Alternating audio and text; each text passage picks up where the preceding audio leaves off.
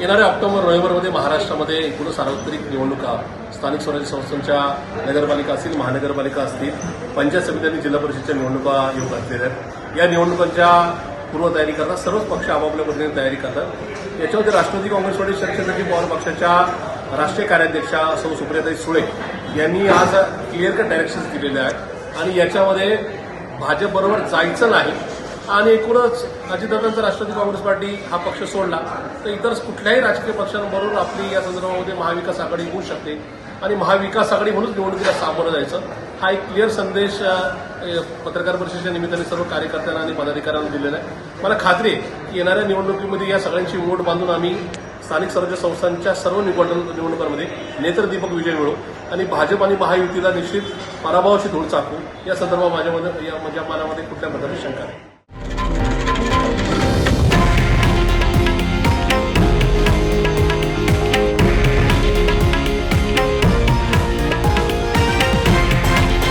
हे आहे देशातील नंबर 1 न्यूज नेटवर्क आणि आपण पाहत आहात TV9 मराठी, एकमेव.